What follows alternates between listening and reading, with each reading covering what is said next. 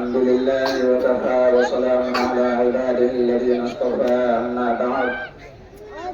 فأعوذ بالله من الشيطان الرجيم بسم الله الرحمن الرحيم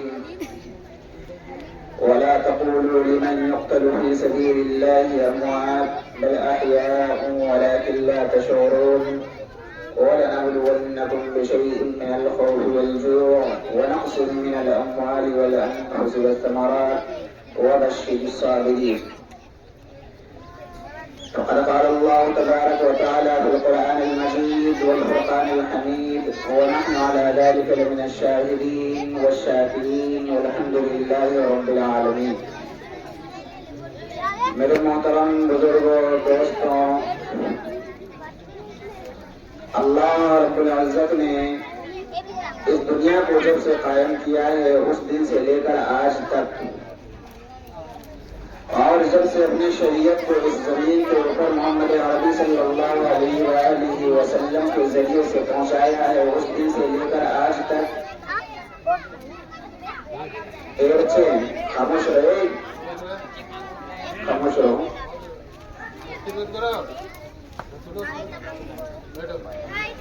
سب سے پہلے بات ہم یہ بتا دیں کہ ہندوستان کی آزادی کے موقع پر صرف ترنگا لہرانا اور اس کو پھیلانا یہ بڑی بات نہیں ہے، بلکہ ہندوستان کی آزادی کے موقع پر جو قربانیاں کابرین نے دی ہے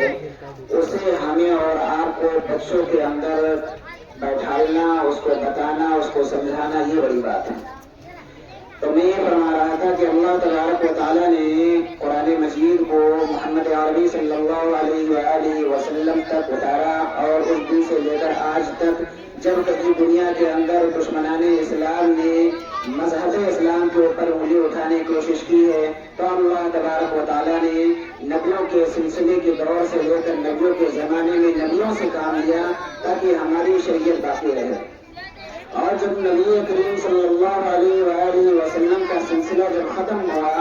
ان کے بعد صحابہ اکرام رضوان اللہ تعالی علیہم اجمعین نے اپنے سلسلے کی شروعاتی دور حالات کے اندر جب کبھی اسلام کے اوپر، مسلمانوں کے اوپر، نیک لوگوں کے اوپر جب کبھی دشمنان اسلام نے انگلی اٹھائی، آواز اٹھائی، ان کو شکست دی، ان کو تکلیف پہنچائی، تو اللہ تبارک و تعالیٰ نے صحابہ کرام کے ذریعے سے اپنی مدد اور نصرت کر کے ان مظلوم لوگوں کی جان اور ان کی عزت اور آبرو بچانے کی کوشش کی ہے۔ اس کے لیے شرط یہ ہے کہ ایمان آج جو باقی ہے یہ صحابہ کرام کی قربانیوں کی وجہ سے، اس سے یہ بات ثابت ہوتی ہے کہ جب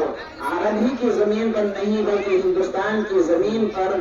سب سے پہلا جب انگریز نے قدم رکھا تو ممبئی کی ساحلی کنارے کے اوپر اپنے 30,000 لشکر کو لے کر جب ساحلی کنارے پر پہنچا اور اس نے سب سے پہلا قدم رکھا تو اس کے دل کے اندر یہ غرور اور تکبر پیدا ہوا، اور اس نے لوگوں میں مشورہ کیا اور سب سے کہنے لگا کہ ہندوستان کی زمین کو دیکھ کر مجھے ایسا لگتا ہے کہ ہندوستان کی زمین میں سونا اگلتا ہے۔ جب اس نے تاج محل کی طرف نظر دوڑانے کی کوشش کی تو وہ خود اپنے زبان سے کہہ رہا ہے کہ جب تاج محل کو میں اپنے زبانوں سے دیکھتا تھا، اب اپنے آنکھوں سے دیکھتا تھا اور اپنے زبانوں سے اس کو اقرار کرتا تھا تو مجھے ایسا معلوم ہوتا تھا کہ واقعی ہندوستان سونے کی چڑیا ہے اور یہاں کی زمین سے مٹی نہیں بلکہ سونا اگلتی ہے۔ تو یہ سب لالچ اس کے دل کے اندر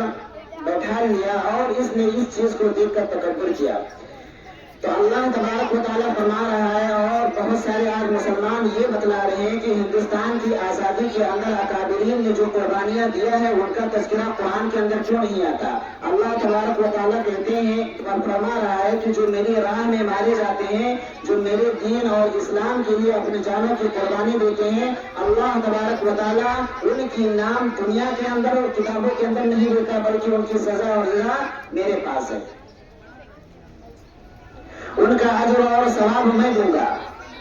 اسی لیے اللہ تبارک و تعالیٰ قرآن میں فرما رہا ہے وَلَا تَقُولُوا لِمَن يُقْتَلُ فِي سَبِيلِ اللَّهِ أَمْوَاتٌ۔ اے میرے بندے، جب میری راہ میں میرا نام لینے والا، میرا ذکر کرنے والا، یا میرے راہ میں جہاد کرنے والا، یا میری سرحد پر کھڑے ہو کر اپنے دیش کی حفاظت کرنے والے شخص کو اگر کسی وجہ سے اگر مار دیا جائے یا اس کو قتل کر دیا جائے تو اللہ تبارک و تعالیٰ فرما رہا ہے امواتا بل احیاء ولکن لا تشعرون، ان کو تم مردہ مت مسلمان بھائی میں یہ معاشرہ زیادہ پھیلا ہوا ہے کہ وہ لوگ اکابرین کی قربانیوں کو بھول رہے ہیں، اور ان کو شاید یہ نہیں معلوم ہے کہ خدا پاک کی قسم اگر اس وقت ہمارے اکابرین نے اپنی جان کی قربانی نہ دی تھی تو آج شاید ہم ہندوستان کے اندر نہ موجود ہوتے، لیکن یہ قربانیاں لوگ بھول رہے ہیں۔ اچھا، میں مکمل تفصیلی گفتگو نہیں کر رہا ہوں، میں اس تاریخ کو آگے بڑھانے کی کوشش کرتا ہوں۔ سب سے پہلے انگریز نے جب ہندوستان کی زمین پر قدم رکھا تو وہ سرزمین بنگال تھی۔ جب بنگال کے اندر انہوں نے قدم رکھا تو اس وقت اللہ کا ایک نیک بندہ جس کی عمر 22 سال کی تھی، جس کو ہم اور آپ اور پوری دنیا نواب سراج الدولہ کے نام سے جانتے ہیں، اللہ تبارک و تعالیٰ نے اس کو ایسی طاقت دی تھی، ایسی مردانہ قوت دی تھی کہ 30,000 فوج انگریز کی ایک طرف اور نواب سراج الدولہ کی 22,000 فوج ایک طرف۔ اب اللہ تبارک و تعالیٰ نے یہاں نواب سراج الدولہ سے وہ کام لینا چاہتا تھا اور اس وقت اس قدم کو آگے بڑھانا چاہتا تھا، اور نواب سراج الدولہ کو اللہ تبارک و تعالیٰ نے ایسی آزمائش لیا اور وہ فرما رہا ہے کہ میں یہ دیکھنا چاہتا ہوں کہ یہ میرا بندہ اکیلا تنہا اس 30,000 فوج سے مقابلہ کر پائے گا۔ کتاب شاہد ہے، کتابوں کے اندر لکھا ہوا ہے کہ نواب سراج الدولہ نے سب سے پہلا جو بغاوت کیا بنگال کے اندر انگریزوں کے خلاف، وہ تنے اور تنہا ہندوستان کی زمین کے اوپر ایک مسلمان تھا۔ آج لوگ یہ بھی کہہ رہے ہیں کہ سب سے پہلا جو انگریز کے خلاف بغاوت کیا ہے وہ کوئی اور دھرم کے ماننے والے ہیں، میں اس بات کو ماننے کے لیے تیار ہی نہیں۔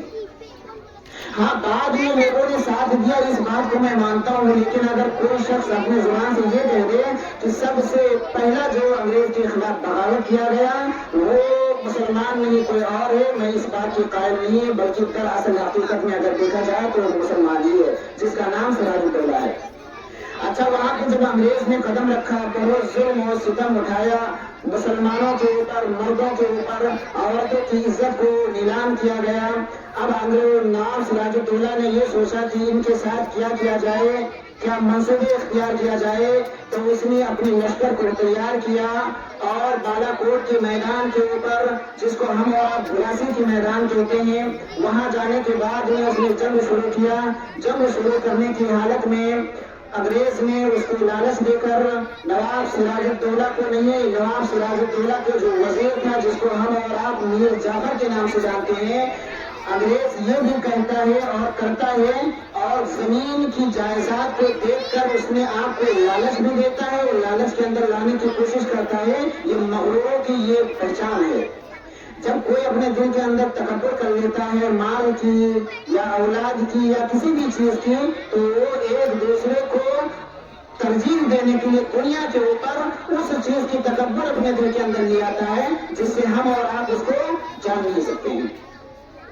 میر جعفر کو اس نے بلایا اپنے پاس میں اور کہا کہ وزیر تو یہ بتا کہ نواب سراج الدولہ کے ساتھ میں دن سے رہ رہا ہے اور مجھے سب سے بھاری جو مشکلات کا سامنا کرنا پڑتا ہے، میرے راہ میں جو سب سے بڑا کانٹا ہے وہ نواب سراج الدولہ ہے۔ ایک کام کر، نواب سراج الدولہ کو میرے ہاتھوں سے کسی ذریعے سے قتل کرا دے، میں بنگال کا حکمراں تجھے بنا دوں گا۔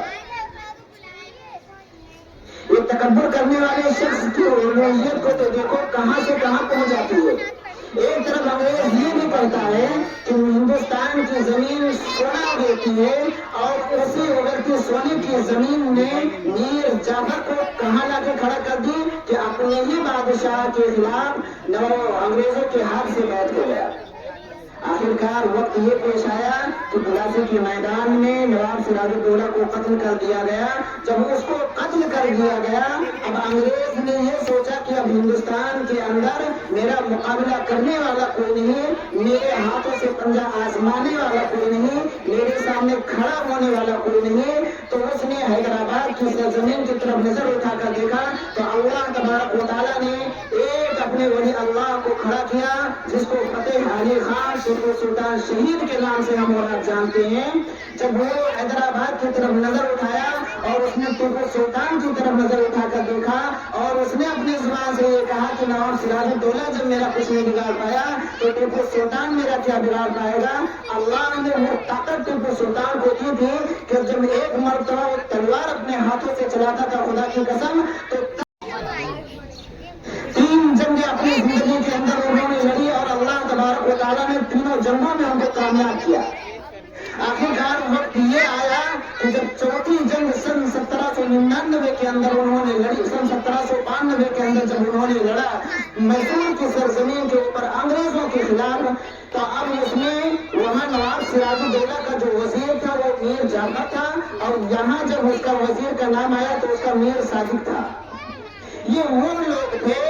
ان کو ہم اور آپ مسلمان اپنی زبان سے کہتے ہیں یہ ہو نہیں سکتا. یہ تو اسلام کے دشمن ہیں, یہ تو مسلمان کے دشمن ہیں, یہ اللہ اور اس کے رسول کے دشمن ہیں. تو ایسے دشمنوں کو ہم اپنے زبان سے مسلمان کیسے کہہ سکتے ہیں. وہاں نواب سراج الدولہ کو قتل کرایا اس نے, وہاں میسور کی سرزمین کے اوپر میر صادق نے اور ٹیپو سلطان شہید رحمۃ اللہ علیہ کے خلاف سازش کیا اور انگریزوں سے مصافحہ کر لیا. تھوڑی سی جائیداد کے اوپر اپنے ایمان کو بیچ دیا, تھوڑا سا اقتدار کے لیے اپنے ایمان کو بیچ دیا اور یہ نہیں سوچا کہ پوری زندگی جس کے ٹکڑوں کے اوپر میں پڑ رہا تھا, جس کے دیے ہوئے چیز کو میں کھا رہا تھا, اس کی حویلی کے اندر میں سو رہا تھا, اس کی دیے ہوئے پنکھے کی ہوائیں میں کھا رہا تھا. اللہ کی عزت کی قسم میر صادق جیسا بدبخت انسان دنیا کے اندر آج تک نہ آیا ہے نہ آئے گا. جس نے ٹیپو سلطان سے بغاوت کی اس کی روٹی کھا کر آج کتے کو بھی اگر دیکھا جائے اس کی طرف روٹیاں ڈالو, اللہ کی قسم کرو کتا بھی تمہاری وفاداری کرے گا. لیکن آج ایک مسلمان ہونے کی حیثیت سے ایک مسلمان کا بائیکاٹ کیا. آخرکار میں وقت یہ پیش آیا کہ سن 1799 کے اندر سرنگم پٹنم کے اندر جب ٹیپو سلطان شہید رحمۃ اللہ علیہ کو شہید کیا گیا, شہید ہونے کے بعد میں جب وہ زمین کے اوپر گرے اور انگریز نے کھڑے ہو کر, جس کو ہم اور آپ جنرل ہارس کہتے ہیں, وہ ٹیپو سلطان کی جسم کے اوپر کھڑے ہو کر یہ اعلان کیا کہ آج سے ہندوستان ہمارا ہو گیا. یعنی اس کے کہنے کا مطلب یہ تھا کہ میرے راستے میں جو سب سے بڑی کانٹا تھی جو میرے جسم کو چبھتی تھی, میرے پیر کو چبھتا تھا اور اس کانٹے کے اوپر میں پیر رکھتا تھا تو پیر رکھنے سے پہلے میں ڈرتا تھا کہ کہیں کانٹا اندر گھس نہ جائے. یعنی اتنا روب اور دبدبا تھا کہ کتابوں کے اندر لکھا ہوا کہ جب تک ٹیپو سلطان شہید رحمۃ اللہ علیہ دنیا کے اندر زندہ تھے انگریز کی ہمت نہیں تھی کہ وہ اعلان کر دے کہ آج سے ہندوستان ہمارا ہو گیا. کسی کے اندر ہمت نہیں تھی, اتنا ڈرتے تھے انگریز لوگ. جب ان کو شہید کر دیا گیا ان کے جسم کے اوپر انگریز جنرل ہارس کھڑا ہو کر اعلان کر رہا ہے کہ آج سے ہندوستان ہمارا ہو گیا. آج کے بعد سے لے کر اور اس وقت تک جب تک ہندوستان کے اندر میری حکومت قائم نہ ہو جائے اس وقت تک میرا خلاف اور میرے لیے کوئی بغاوت کرنے والا نہیں ملے گا. اس کو شاید یہ نہیں معلوم تھا کہ ایک ٹپ ہو گیا ہے. اس کے جانے کے بعد میں اللہ کے بہت سارے ولی, بہت سارے علماء کرام ہندوستان کے اندر موجود ہیں جو ٹیپو سلطان سے بھی بڑھ کر ہیں, لیکن اس کو یہ نہیں معلوم ہوا. اچھا, بعض لوگ یہ کہتے ہیں اپنے زبان سے مسلمان کہ سب سے پہلی جنگ آزادی جو ہوا وہ 1857 ہوا. یہ بالکل سراسر غلط ہے. سب سے پہلا جہاد آزادی ہندوستان کی زمین کے اوپر مسلمانوں نے انگریزوں کے خلاف جو شروع کیا تھا وہ سن 1757 کی لڑائی ہے جس میں نواب سراج الدولہ شہید ہوا. سن 1799 کے اندر ٹیپو سلطان شہید رحمۃ اللہ علیہ شہید ہوئے. آج مسلمانوں کو اپنی تاریخ معلوم نہیں ہے. مسلمان یہ کہتا ہے لوگوں سے کہ علماء کرام نے کیا قربانی دی ہے, ان کی وضاحت, ان کی پہچان کیا ہے. آج مسلمان اپنی زبان سے یہ کہتا ہے, اس کو یہ دوسرے سے کہہ رہا ہے کہ تم کو اپنی تاریخ معلوم نہیں ہے اور وہ یہ نہیں سوچ رہا ہے کہ تم کو نہیں معلوم ہے, تم ہی کو کہاں معلوم ہے. بھائی اس کو اگر نہیں معلوم ہے اپنی تاریخ تو تم ہی کو کہاں معلوم ہے کہ کون سے سن میں کہاں پہ جہاد ہوئی, کتنے مسلمان شہید تھے, کتنے مسلمان شہید ہوئے, کتنے میدان سے بچ کر آئے, کتنی عورتوں کی عزت اور آبرو کو نیلام کیا گیا، کتنے بچوں کو قتل کیا گیا، کسی کو نہیں معلوم۔ اچھا، جب ٹیپو سلطان شہید رحمت اللہ علیہ کو جب شہید کر دیا گیا، اس وقت بھی ہندوستان کے اندر تنے اور تنہا اگر کوئی شخص انگریز کے مقابلے میں کھڑا ہوا تھا تو صرف وہ مسلمان تھے۔ لائیے کوئی اپنی تاریخ دکھا دے یا کوئی یہ کہہ دے دعوے کے ساتھ میں کہ سن 1799 کے اندر ٹیپو سلطان شہید رحمت اللہ علیہ کے ساتھ میں اور بھی برادران وطن شامل تھے، تو یہ تاریخ دکھا دے۔ اچھا، جب یہ ہو گیا تو 1803 کے اندر جب جنرل ہارس نے فاتحانہ انداز کے اندر اپنی لاؤ اور لشکر کو لے کر دلی کے اندر جب داخل ہوتا ہے تو وہ یہ سمجھتا ہے کہ دلی کے اندر داخل ہونے کے بعد میں جو چھوٹے راجا اور مہاراجا اور جو نواب لوگ تھے ان کو اپنے پنجوں کے اندر جکڑ لیا اور ان سے یہ کہہ دیا کہ میرے خلاف اگر بغاوت کرو گے تو تم کو سخت سزا دی جائے گی۔ اللہ کی عزت کی قسم، وہ لوگ ڈر کی وجہ سے دشمنان اسلام کی ہاتھ بیٹھ ہو گئے اور اپنے اکابرین کی دامن کو چھوڑ دیے، جس میں بہت سارے مسلمان بھی شامل تھے۔ کہنے کا مطلب یہ تھا کہ جب دلی کے اندر ایسٹ انڈیا کمپنی نے جو انگریزوں نے لایا تھا اور اس نے مبالغہ کیا تھا، اس نے یہ وعدہ کیا تھا کہ خلق خدا کے ہوگے، ملک بادشاہ سلامت کے ہوگے، لیکن آج کے بعد اگر ہندوستان کے اندر کسی کی حکم چلے گی تو ہماری چلے گی۔ جب انگریز نے یہ اعلان کیا کہ ہندوستان کے اندر حکومت ہماری ہوگی، ہمارے حکم کے خلاف، ہمارے حکم کے مطابق ہندوستان کی کاروباری چلے گی، تو اس وقت میں اللہ کا ایک ولی جس کو ہم اور آپ اور اس وقت کے سب سے بڑے عالم دین جن کو ہم اور آپ شاہ ولی اللہ محدث دہلوی رحمت اللہ علیہ کے نام سے جانتے ہیں، ان کے فرزند اکبر، ان کے سب سے بڑے صاحبزادے جن کو ہم اور آپ اور پوری دنیا شاہ عبدالعزیز رحمت اللہ علیہ کے نام سے جانی جاتی ہے، اس وقت وہ اکیلے تنہا دلی کے میدان کے اندر کھڑے ہوئے تھے اور انہوں نے یہ اعلان کیا تھا کہ لوگوں، کہاں تم ہندوستان کے اندر آزادی کی زندگی جی رہے تھے اور کہاں تم غلامی کی تہ کے اندر آ کر اپنے ہاتھ اپنے آپ پر ظلم کر رہے ہو، لہٰذا یہ گوارا ہم کو نہیں ہے۔ آج سے اس ہندوستان کے اندر انگریزوں کے خلاف فتویٰ دینے والا اگر کوئی شخص تھا، سب سے پہلا اگر کوئی کھڑا ہوا تھا ہندوستان کی زمین پر تو شاہ عبدالعزیز رحمت اللہ علیہ تھے، جو ہندوستان کے لوگوں کو یہ پیغام پہنچایا کہ ہندوستان کے لوگوں، آج سے یہ ملک غلام ہو گیا۔ غلام ہو گیا کسی لیے؟ یعنی انہوں نے جو فتویٰ دیا تھا کہ آج سے ہندوستان غلام ہو گیا، لہذا ہندوستان کو آزاد کرانے کے لیے نہ کہ یہ ہماری سماجی فریضہ ہے بلکہ ہمارا مذہبی فریضہ ہے۔ اس وقت سب سے پہلا فتویٰ دینے والا شاہ عبدالعزیز، لوگ کے مدرسے سے پڑھے ہوئے تھے۔ آج اسکولوں کے اندر آپ جاتے ہو تو 4 لوگوں کی نام رٹوا دیا جاتا ہے، شاید آپ کو یہ نہیں معلوم ہے کہ ان 2-4 لوگوں کا جو نام آپ کے دلوں کے اندر، آپ کے ذہنوں کے اندر بیٹھالا جاتا ہے، کوئی اکابرین کا نام اسکولوں کے اندر آج تک تمہارے دلوں کے اندر بیٹھالا گیا اور بتایا گیا تم کو بتا دیں۔ آج مسلمان اسی لیے تو پیچھے کہ وہ اپنے بزرگوں کی قربانیوں کو، اپنے بزرگوں کی تاریخوں کو بھول گیا ہے۔ اگر کوئی آپ سے یہ پوچھ لے کہ ہندوستان کی سب سے پہلے جنگ آزادی کا فتویٰ دینے والا کون تھا،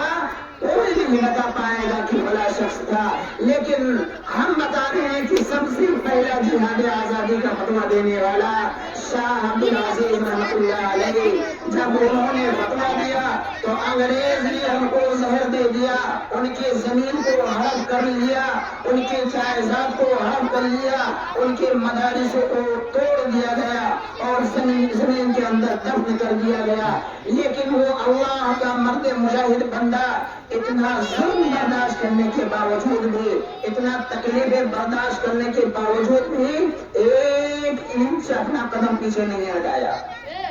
وہ اس لیے نہیں ہٹایا اور وہ اعلان کرتے رہے کہ اے لوگوں جب تک ہندوستان کو آزاد نہ کرا لے خدا کی قسم اس وقت مجھے چین نہیں ہوگا. لاکھے کوئی تاریخ اپنی پیش تو کرے کہ ہندوستان کے اندر جو اکابرین نے اپنی جانوں کی قربانیاں دیا ہے، اپنے بچوں کو یتیم کر دیا ہے، اپنے بیویوں کو بیوہ کر کے ہندوستان کی ملک کو چھوڑ کر سرحدوں پر جا کر دشمنان اسلام سے مقابلہ کیا اور مقابلہ کرتے کرتے شہید ہو گئے. کتابوں کے اندر آتا ہے کہ شاہ عبد العزیز رحمۃ اللہ علیہ نے جب فتویٰ دیا انگریزوں نے ان کو گرفتار کر لیا. گرفتار کرنے کے بعد میں ان کے جو صاحبزادے تھے فرمایا یہ گیا کتابوں کے اندر موجود ہے کہ ایک طرف صاحبزادہ کھڑا ہوا تھا، دوسری طرف انگریز ان کے ہاتھ کو پکڑ کر لے جا رہا تھا، لیکن بیٹا اپنے والد کو دیکھ کر ابا ابا کے نعرے لگا رہا تھا خدا کی قسم. لیکن شاہ عبد العزیز وہ ہستی ہے، وہ اللہ کا مرد مجاہد بندہ ہے کہ اپنے اولادوں کی پرواہ نہیں کیا اور یہ پیغام دے دیا بیٹا تم گھر واپس چلے جاؤ، جب تک ہندوستان کی زمین کو میں آزاد نہیں کرا لوں گا اس وقت مجھے چین نہیں آئے.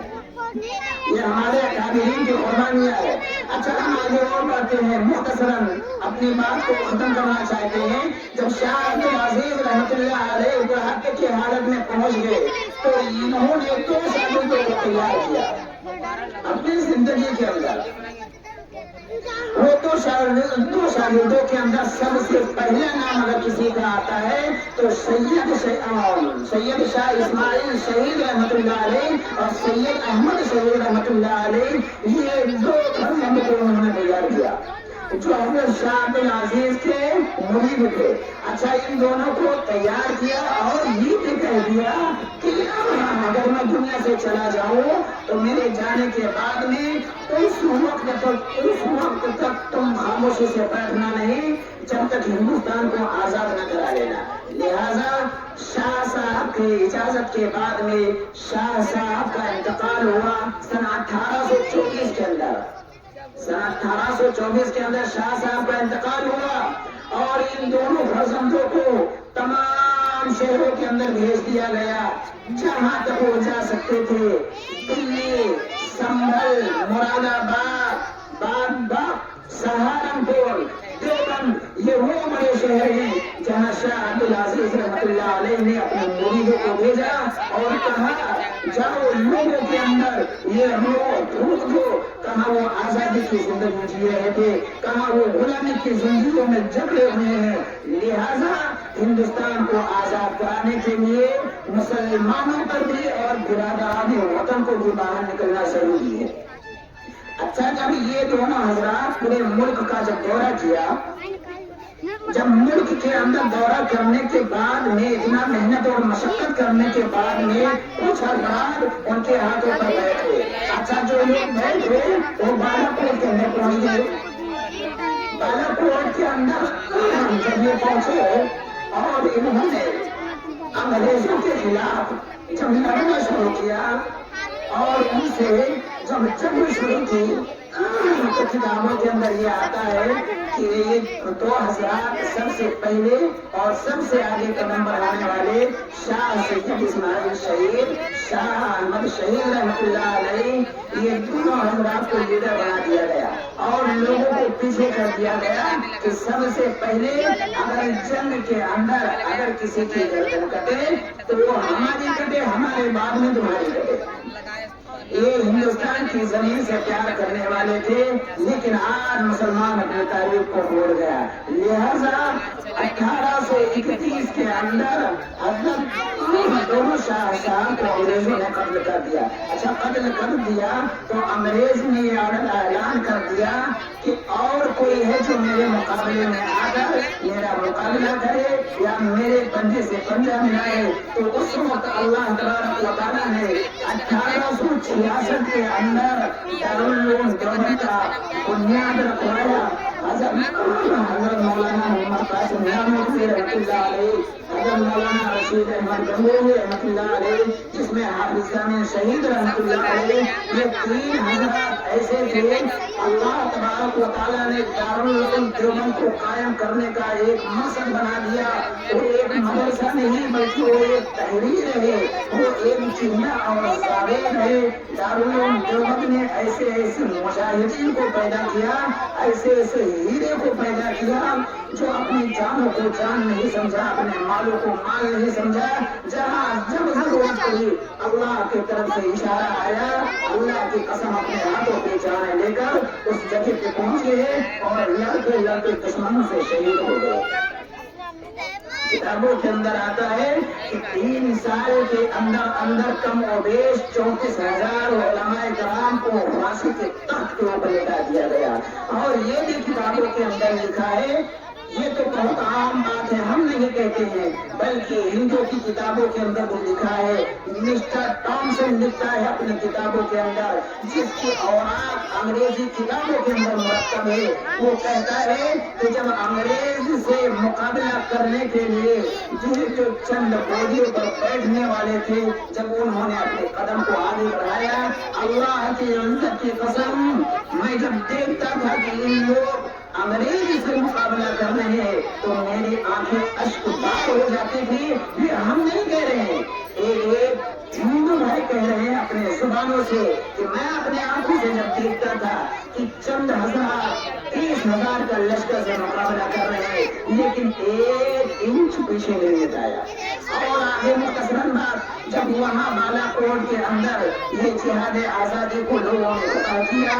اور انگریزوں کو شکست دی، وہاں سے آنے کے بعد میں اب علماء کرام کو اکٹھا کیا گیا اور یہ مشورہ کیا گیا اب اس کے آگے کون سی تاریخ کو چلانا ہے، کب کہاں جہاد کرنا ہے ان کے خلاف، کب کہاں ان سے بغاوت کرنا ہے۔ تو اللہ تبارک و تعالیٰ نے دارالعلوم دیوبند کو ایک مرد مجاہد دیا جس کو ہم اور آپ شیخ الاسلام حضرت مولانا حسین احمد مدنی رضی اللہ عنہ کے نام سے جانتے ہیں۔ اور اللہ تبارک و تعالیٰ نے ان کو اتنی طاقت دی تھی، اتنی قوت دی تھی کہ مالٹا جھیل کے اندر جب شیخ الہند حضرت مولانا محمود الحسن دیوبندی رحمۃ اللہ علیہ کو جب انگریزوں نے گرفتار کیا، کتابوں کے اندر لکھا ہوا ہے کہ 350 سال تک جھیلوں کے اندر ان کو رکھا گیا، ان کے جسم کی ہڈیاں گل گئیں۔ ہم اگر جھوٹ بولتے ہیں تو تم کتاب اٹھا کر دیکھ لو کہ تمہارے اکابرین کے اوپر کیسے کیسے ظلم کیے گئے ہیں۔ جب شیخ الہند مولانا محمود الحسن دیوبندی رحمۃ اللہ علیہ کو مالٹا کی جیل کے اندر انگریزوں نے قید کیا، اور یہ بھی لکھا ہوا اور لوگ کہتے نہیں، ہم نہیں کہتے بلکہ دوسرے مذہب کے ماننے والے بھی کہتے ہیں اپنے زبانوں سے کہ حسین احمد مدنی وہ شخص تھا، مولانا محمود الحسن دیوبندی وہ شخص تھے کہ جب مالٹا کے اندر ان کو داخل کیا گیا تو داخل ہونے سے پہلے انگریز نے اس سے سوال کیا کہ شیخ الہند تجھے معلوم ہے کہ میں تجھے کہاں لے جا رہا ہوں؟ شیخ الہند نے فرمایا اپنے زبان سے، اے موٹی چمڑی والے، مجھے معلوم ہے کہ تو کہاں مجھے لے کر جا رہا ہے۔ تو یہ سوچ رہا ہے کہ جھیل کے اندر جانے سے شیخ الہند اور محمود الحسن دیوبندی ڈر جائے گا، میں ڈرنے والا نہیں، تو جہاں چاہے وہاں مجھے لے کر چلا جا، کالا پانی کے اندر اگر تو لے جانا چاہتا ہے وہاں مجھے لے جا کر قید کر دے، مالٹا کی جھیلوں کے اندر لے کر چلا جا، پشاور کی جھیلوں کے اندر لے کر چلا جا، یا سرحدوں سے مجھے پار کر دے۔ لیکن محمود الحسن دیوبندی وہ شخصیت ہے کہ ان سب تکالیف اور مشقت کو برداشت کرنے کے باوجود یہ اپنا 1 انچ قدم پیچھے نہیں ہٹایا۔ اچھا، دوسری بات، ان کے جو شاگرد تھے مولانا حسین احمد مدنی رضی اللہ عنہ، جب انہوں نے یہ فتویٰ دیا کہ اسلام کی انگریز کی فوج میں داخل ہونا حرام، ان کے سامان کو استعمال کرنا حرام، ان کے ساتھ ان کا ساتھ دینا حرام، جب انہوں نے یہ فتویٰ دیا کہ ان سے مصافحہ کرنا حرام، ان کے ہاتھوں کے اوپر بیٹھ ہونا حرام، تو اس وقت انگریز نے مولانا حسین احمد مدنی کو بھی گرفتار کر کے اپنے استاد کے ساتھ میں حضرت مولانا محمود الحسن دیوبندی رحمۃ اللہ علیہ یا حضرت مولانا حسین احمد مدنی رحمۃ اللہ علیہ کے یہ استاد ہیں۔ اچھا، یہ بھی فرمایا گیا، کتابوں کے اندر لکھا ہوا ملتا ہے، ہمیں اور آپ کو چاہیے کہ اپنے بزرگوں کی تاریخ کو پڑھنا چاہیے، کم از کم اگر ٹائم نہیں مل رہا ہے تو 24 گھنٹے کے اندر 10 منٹ نکال کر اپنے بزرگوں کی تاریخ کو یاد کرنا چاہیے. لہٰذا جب استاد اور شاگرد کو دونوں کو ایک جگہ پہ قید کر کے مالدہ کی جیلوں کے اندر رکھ دیا گیا تو مولانا محمود الحسن دیوبندی کو 3.5 سال ہو چکے تھے. اس کے بعد میں حسین احمد مدنی کو جب گرفتار کیا گیا تو مکمل 4 سال تک روایت موجود ہے، جا کے دیکھ لینا. 400 سال تک حسین احمد مدنی نور اللہم قدمہ کو انگریزوں نے ایسی ظلم اور تشدد کے ساتھ میں جیل کے اندر رکھا تھا کہ فرمایا یہ گیا کہ جب حسین احمد مدنی کو انگریز دیکھتا تھا اور کہتا تھا کہ حسین یا تو میرے ہاتھوں سے تو بیعت کر لے یا پھر یہ کہہ دے کہ میرے فوج میں تو داخل ہو جا اور لوگوں کو داخل کرا دے. حسین احمد مدنی جب عدالت کے اندر جاتے ہیں، جج سامنے بیٹھا ہوتا ہے، جج حسین احمد مدنی سے پوچھتا ہے، کیا پوچھتا ہے حسین احمد مدنی کیا تم نے یہ فتویٰ دیا ہے کہ انگریز کی فوج میں داخل ہونا حرام ہے، انگریز کا سامان استعمال کرنا حرام ہے، اس کا ساتھ دینا حرام ہے، اس کے ہاتھ پہ بیعت کرنا حرام ہے؟ تو حسین احمد مدنی رحمت اللہ علیہ جیسا مرد مجاہد آدمی حسین احمد مدنی کیا جواب دے رہے ہیں وہ سننے کے قابل ہے. وہ کہتے ہیں کہ انگریز تو کیا سوچتا ہے کہ میں نے فتویٰ دیا ہے؟ اللہ کی عزت کی قسم عدالت کے اندر تیرے سامنے میں کہہ رہا ہوں، ہاں تیری فوج میں داخل ہونا حرام ہے، ہاں تیرے سامان کو استعمال کرنا حرام ہے، تیرے ساتھ ہاتھ پہ بیعت کرنا حرام ہے، تو جو چاہے مجھے سزا دے دے. تو کہنے کی بات کر رہا ہے، میں تیرے سامنے کہہ رہا ہوں. یہ ہمت اور حوصلہ اور قوت اور طاقت اگر اللہ تبارک و تعالیٰ نے کسی کو دی تھی تو وہ مسلمان تھے، وہ مدرسے کے پڑھے ہوئے لکھے تھے. آج لوگ ہمارے مدارسوں کے اوپر انگلی اٹھاتے ہیں اور ہم دوسرے کی غلطی کے کیوں دے؟ سب سے بڑی غلطی ہماری ہے. آج ہم اپنے بچوں کو مدرسوں کے اندر تعلیم تو دیتے ہیں، تعلیم دے دیتے ہیں، لیکن کتاب کے اوراق کے اوپر جو بزرگوں کی لکھی ہوئی تاریخ ہے اس کو مکمل سے بتاتے نہیں. اسی لیے آج مسلمان پیچھے ہے. اس وقت کی مائیں اور بہنیں جب مردوں کے ساتھ میں مل کر انگریزوں کے خلاف جہاد کیا تھا، اس عورتوں کی تاریخ اٹھا کر دیکھ لیجئے، آج کی عورتوں کی تاریخ اٹھا کر دیکھ لیجئے، خدا کی قسم قیامت تک زندہ ہو سکتی ہیں اور رہ سکتی ہیں، لیکن ان عورتوں کا مقابلہ نہیں کر سکتی ہیں. آج مسلمان کہاں پڑا ہوا ہے؟ اسی لیے آج ہندوستان کے اندر نہیں پوری دنیا کے اندر مسلمان پریشان ہے. اور اس پریشانی کی سب سے بڑی ناکامی یہ ہے کہ ہم آتے ہیں مدرسوں کے اندر پڑھتے ہیں، پڑھنے کے بعد نکل جاتے ہیں، نکلنے کے بعد یہ نہیں سوچتے ہیں مدرسے کے اندر میں گیا کیا پڑھا کیا عمل کیا، کچھ نہیں سمجھتے ہیں. اللہ کے رسول صلی اللہ علیہ وسلم کی ایک حدیث یاد آ گئی اور ایک بات جو بہت پیاری بات انہوں نے کہی تھی کہ میری امت میں ایک زمانہ ایسا آئے گا کہ لوگ اسلام کو مضبوطی کے ساتھ پکڑ کر کے رکھیں گے، جب کوئی زمانہ یا جب کوئی کام ان کے سامنے درپیش آئے گا جہاں دین اور ایمان کی بات کرنی ہوگی، اللہ کی قسم کو اپنی زبان سے دین اور ایمان کی بات بھی نہیں کر پائے گا. اسلام کو تو بڑی مضبوطی کے ساتھ پکڑیں گے، اسلام پر بڑی مضبوطی کے ساتھ وہ چلیں گے. ہمارے استاد محترم حضرت مولانا سید اسجد مدنی جو شاہی مراد آباد کے شیخ الحدیث ہیں، وہ اکثر فرمایا کرتے تھے، بیٹا جب سالانہ امتحان ہوتا تھا تو بچوں کو جمع کر کے ایک جگہ فرمایا کرتے تھے کہ اسلام کے اوپر چلنا بڑی بات نہیں ہے، اسلام کو دنیا سے بچا کر لے جانا سب سے بڑی بات ہے. اسلام پر تو سب چل رہے ہیں، سب کہتے ہیں ہم مسلمان ہیں، لیکن اگر ان کے دلوں کے اندر جھانک کر دیکھا جائے تو غیروں کا طریقہ موجود ہے، انگریزوں کا طریقہ موجود ہے. جس انگریز کے خلاف ہمارے اکابرین نے، ہمارے بزرگوں نے اپنی جان کی قربانیاں دیا، کس لیے؟ انگریزوں کے نقش قدم کو اختیار کرنے کے لیے نہیں، بلکہ اللہ تبارک و تعالیٰ اس کے رسول صلی اللہ علیہ وسلم کی سنت کو زندہ کرنے کے لیے اپنی جانوں کی قربانی دے دی. آج ہم اور آپ جو آرام کے ساتھ بیٹھے ہوئے ہیں، ہم اور آپ ہندوستان کی زمین کے اوپر جو چل رہے ہیں اور ٹہل رہے ہیں، گھوم رہے ہیں، یہ علماء کرام کی قربانی کی بدولت ہے. ہمیں اور آپ کو چاہیے کہ اپنے اکابرین کی تاریخ کو پڑھیں. ہمیں اور آپ کو چاہیے اور ہمارے مسلمان بہنیں اور عورتوں کو لیے لیے چاہیے کہ اپنے بچوں کو اچھے سے اچھی تعلیم دے، مدرسوں کے اندر بھیج کر اور کو اچھے سے اچھی تربیت کرے جو ان کے اوپر فرض ہے۔ اللہ تبارک و تعالیٰ ہمیں اور آپ کو اسی 15 اگست کی تیاریاں ہمیشہ دنیا کے اندر اللہ ہمیں اور آپ کو زندہ رکھے، اسی خوشی اور خوش دلی کے ساتھ پروگرام کرنے اور بنانے کی توفیق عطا فرمائے۔ وآخر دعوانا الحمد للہ رب العالمین۔ دعا فرما لیں۔ اللهم صل على سيدنا ونبينا مولانا محمد وعلى آل سيدنا مولانا محمد وبارك وسلم۔ اللهم ربنا آتنا في الدنيا حسنة وفي الآخرة حسنة وقنا عذاب النار وقنا عذاب القبر وقنا عذاب الحشر وقنا عذاب الدارين۔ اللهم ربنا ظلمنا أنفسنا وإن لم تغفر لنا وترحمنا